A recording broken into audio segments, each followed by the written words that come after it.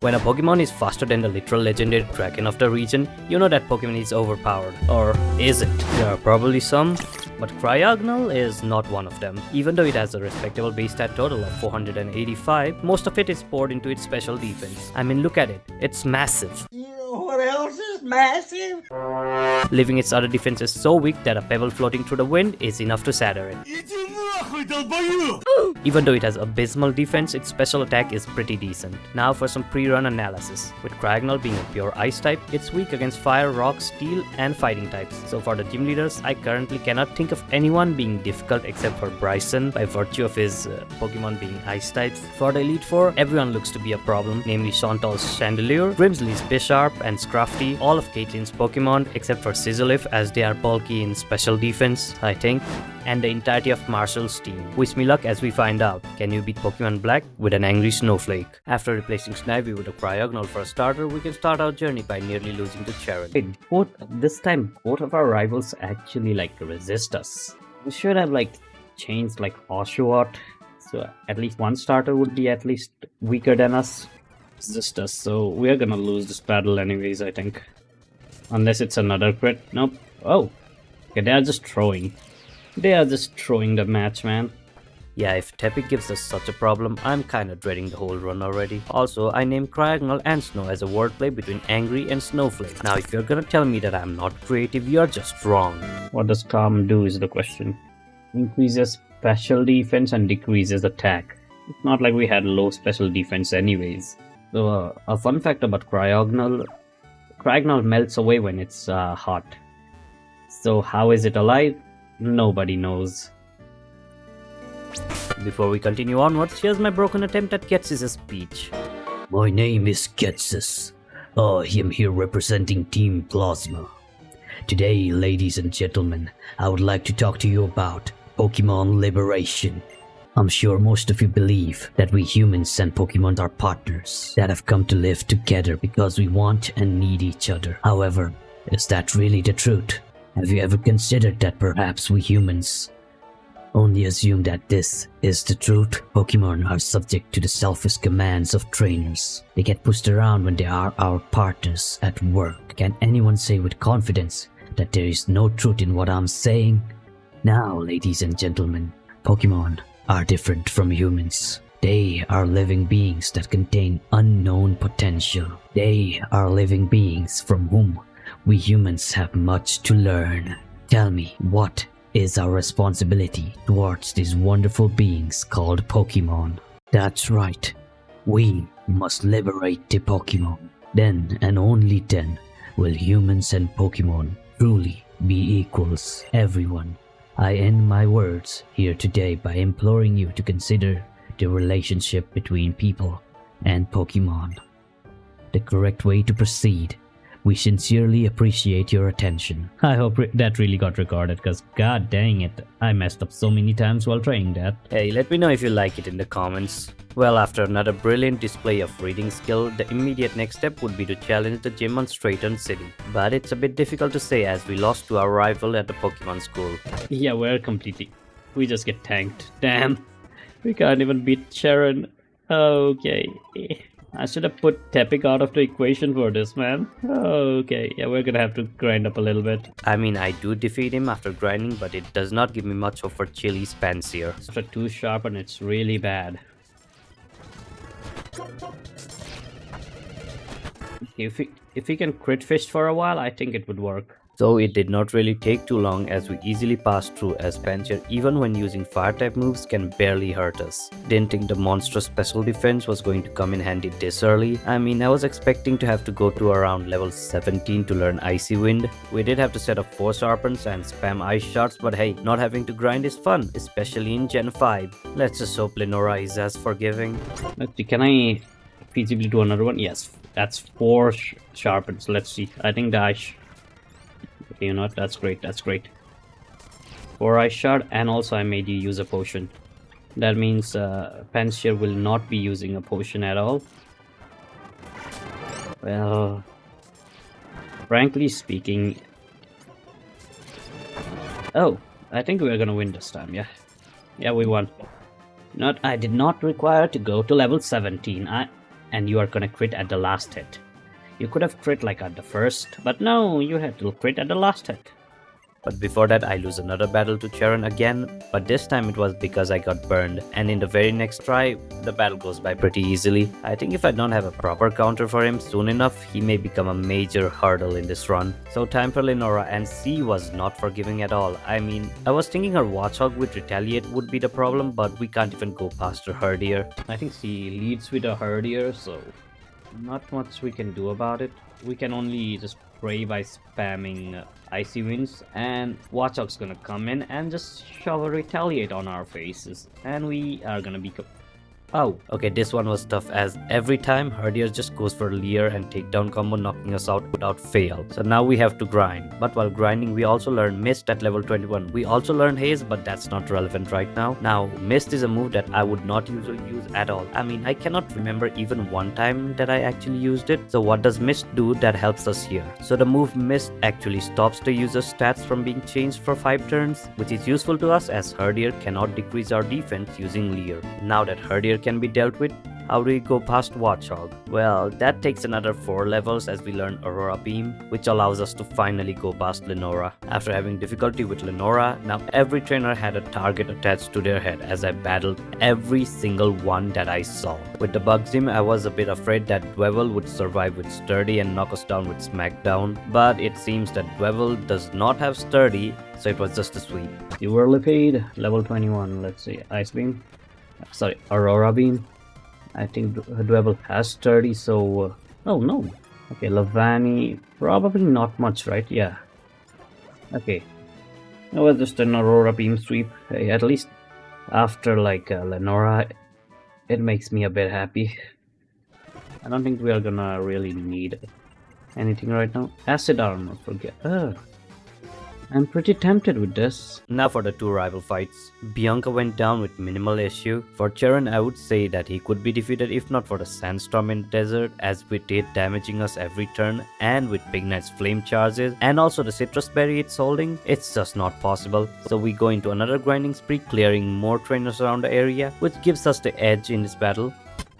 So I guess we are gonna use like 2 acid armors and see how many plus defenses can we get. No, that's fine enough. Okay, good. Hello. Okay, Pansy should not take much. Lipard, don't think it should take much. I think that's enough, right?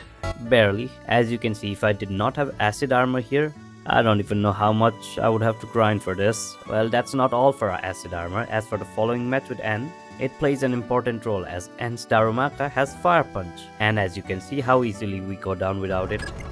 The Sandile. The Aurora Beam is enough, I think. Darumaka Ice Beam. What the? That Fire Punch was really devastating, dang. If on Sandile we're gonna have to like put up some acid armors. Any fire move is just devastating. Okay, we're gonna set up an acid armor here real quick. Even with like 6 plus 6 defense, we took so much damage. Okay, time to see how the electric gym fares for us. Speedrun with like only Ice Beam here. Okay, not. As long as it does not outspeed us, we are essentially okay. Okay, God. Okay, we need to set up an acid armor. Let's just set up an acid armor. Great. Does not matter at all. And why didn't you faint at the first turn last time? Well then, alright, I'm kind of disappointed now. The immediate Charon fight goes by without a hitch this time, as Acid Armor and Ice Beam carries us to victory. Rocky Helmet. Nearly threw that away. Let's give it a Ant now. What I want to know is there an item that actually increases ice type damage? An item to be held by a Pokemon. It is a piece of ice that repels it. I swear I'm not making this up. I did not know that thing even existed. I'm not making this up. I swear I'm not making this up, guys. What the fuck? Well, let's...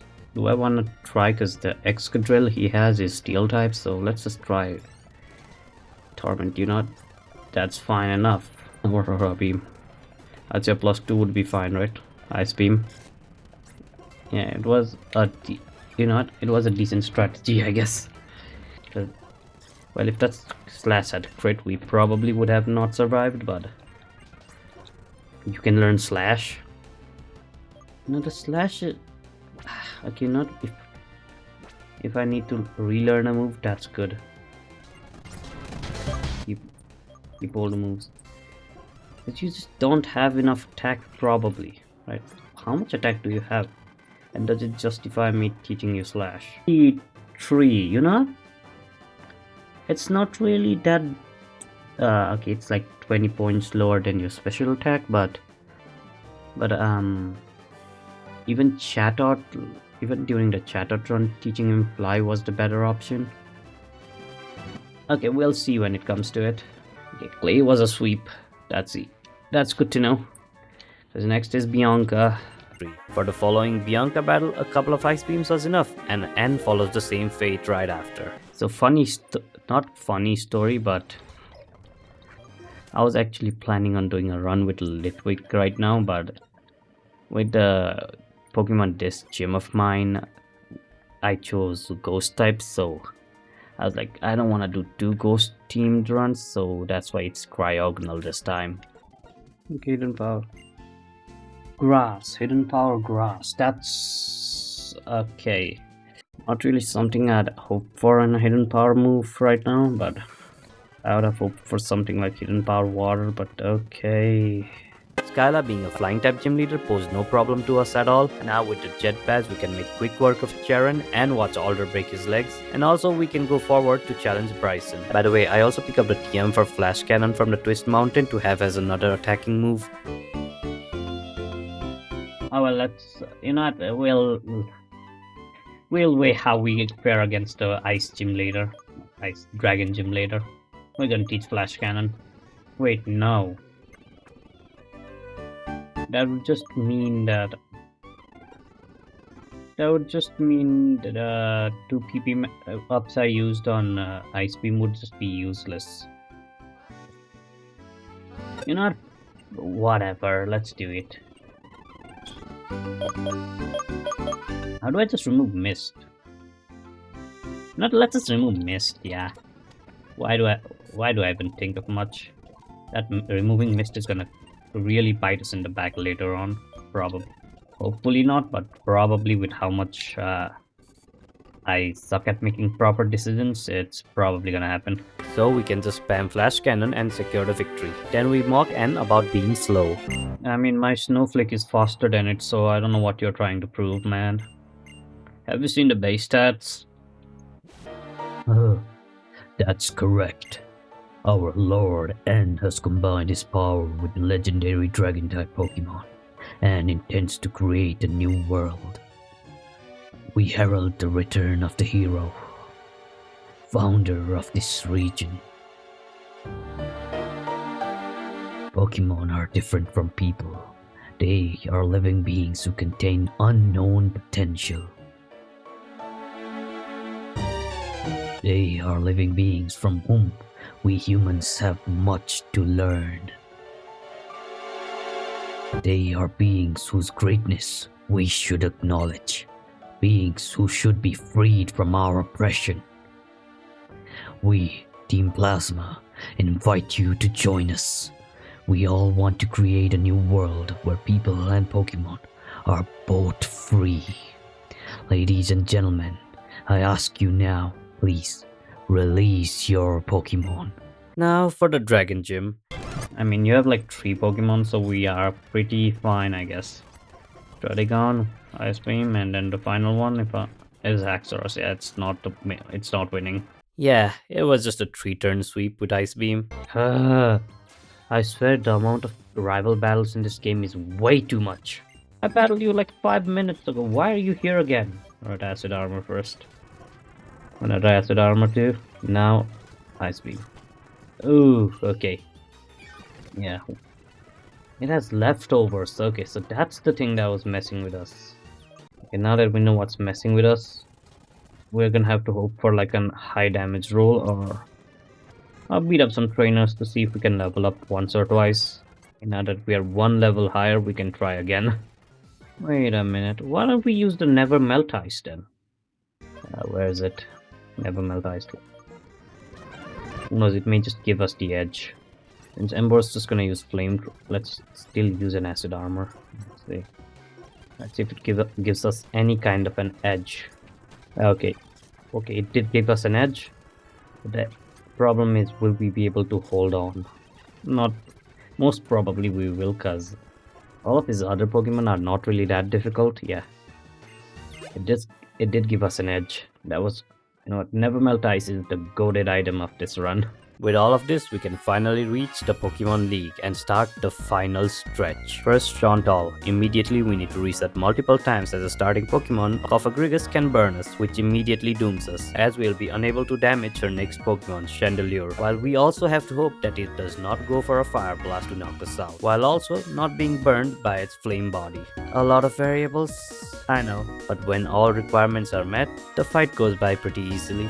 Next up is Grimsley, and his Crafty opens up with a sand attack, which makes us miss Ice Beam twice on Bisharp, losing us to match. Still nothing a little luck can't fix, so after a few attempts, we can cross off Grimsley and move to Caitlyn. For Caitlyn, having Night Slash on us was a good call, as we can complete her without any resets at all. Now for the dreaded Marshall. I did like 30 minutes of retries for this fight, so I'm just going to describe the winning match. Starting off with Throw, we have to set up an acid armor so we can survive hits and hope that Stone Edge does not crit. And if that happens, we need to hope the same for Sock, as it has Sturdy, guaranteeing that it will survive a hit. For Conkeldurr and Mienshao, we don't have to worry, as we outspeed the both of them and can one-hit them. Now following is N and Getsis.